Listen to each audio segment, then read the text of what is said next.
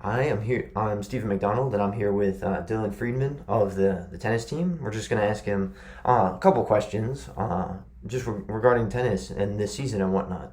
But I think first off, I would like to start off is like, where did your love for tennis begin? Well, honestly, when I was six, like my parents kind of like were like, "Hey, like you were trying to get me into sport that was essentially a non-contact," Mm-hmm. and it's not the easiest when growing up you have certain limitations that make it hard. So I was like, "Hey, I gotta get a non-contact sport in," and as soon as I started playing it, I loved it, and then I was playing some team sports as well, but team sports didn't really cut it for me. I preferred doing it on my own. That's for sure. That's cool. Was tennis like heavily watched in your house as well, or it was just we want to like? Certainly got watched more as I was playing, I right? see. Like early on, I don't know if it was watched as much. Like my parents, neither of them were tennis players. My Mm-hmm. mother was a swimmer and diver. My dad Okay. was a college baseball player. So neither of them were big on the tennis front. But then, obviously, it's parents and their kids, they start doing more and more. You get more and more invested in Yeah. the process and things of that nature. All right. When did you realize that you could play like tennis in college at D1 specifically? When did I realize? Maybe my junior year of high school, I think. And, the goal was always like my parents had done so much for me. Mm-hmm. So, because of how much they did, I wanted to make their lives as easy as possible. So, I wanted to go Division One, not only for the great competition that's in Division One, but also to enable them so that they wouldn't have to pay as much money if I would hopefully get a scholarship. Yeah. It's not easy because in tennis especially you get a lot of really talented kids who will go and play Division 3 Mm-hmm. because if they want to go to like the higher end academic schools, and a lot of times like you have people who can afford it playing tennis, Mm-hmm. because D3s obviously have no athletic scholarship. But with my parents, I just wanted to they had done so much for me, and I wanted to do everything I can to give back to them. So if that meant that they had to not pay for my education in any capacity, I just Yeah. or less capacity, then I'd always go with that option. Yeah. That's awesome. I guess moving more into like the tennis side. When you in the off season, right? When you're gone home for whether it's like winter break or summer break, what do you do to like stay ready for the season? Well, we play year round, so Oh, I okay. gotta be ready even in summer and winter break. But spring's like the main season that counts, right? Mm-hmm. So in the winter, I go home and I play tennis every day.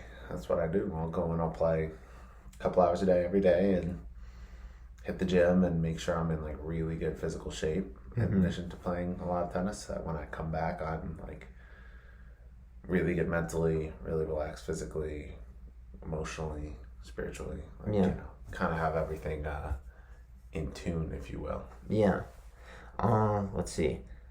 I guess another aspect that's like kind of with the lower level courts of tennis, right, is like the whole line calling your own lines.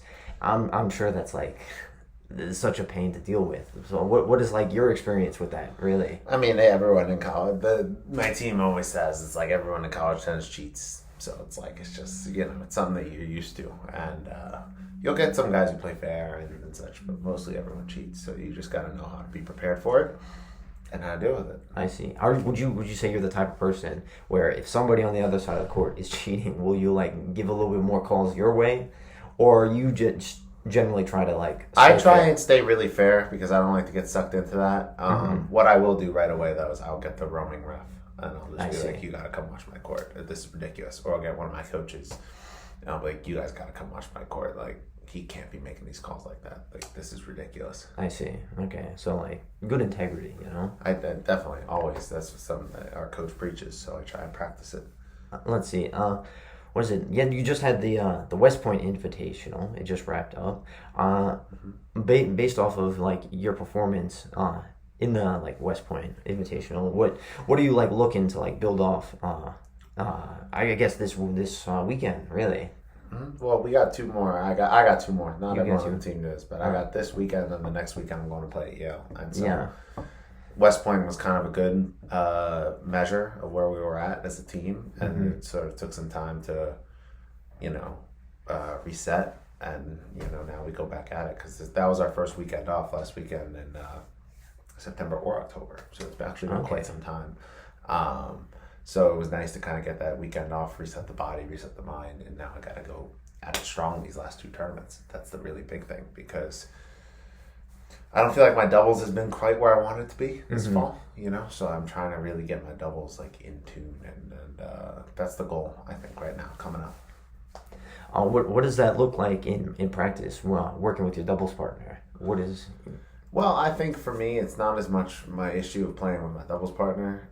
It's just more like in doubles, I feel like there's certain things that I haven't been doing great. I see. Okay. So I got to, it's nothing to do with my partner at all, actually. It's just, or partners, we rotate. But, it's just more about getting myself ready to go and making sure, because you have to play it differently, doubles and singles. So I try and play, I have to get myself in a more aggressive mind state to play doubles to make sure I can take over the whole net and say, like, because sometimes I'm just too passive and I hesitate, and that's my biggest issue. I see.